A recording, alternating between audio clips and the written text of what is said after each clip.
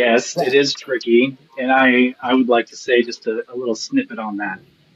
So instead of I think just instead of feeding into the feels that everyone's really standing behind one way or the other, I think recovery is so fluid that we can express it with a little bit more gentle language. So relapse has been part of my recovery, and I can state it like that to the newcomer, so Nice. that way they don't feel the guilt and shame, and they know that it's not necessarily normalizing it. And I think we had a guest on the other night that was like, it's all about your intention.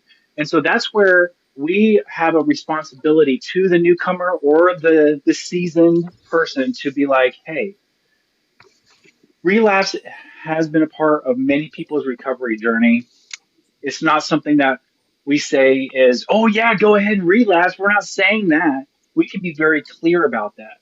But we can also be very clear that relapse happens. And the more and more that I've relapsed, the closer and closer to the grave that I have become.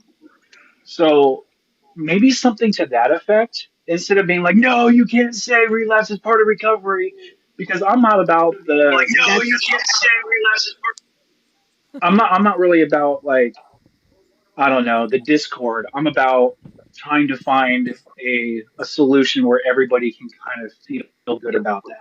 I knew And you would so just have a good little bit of words. tweaking of the language, just a little bit of tweaking of the language, I think can bring about an inclusivity where everybody might be able to kind of come to terms with, well, yes, relapse is part of recovery, but we don't want to relapse because it is dangerous. Because the more and more that we um, get clean and then go back out and use, the more likely that we're going to OD and die.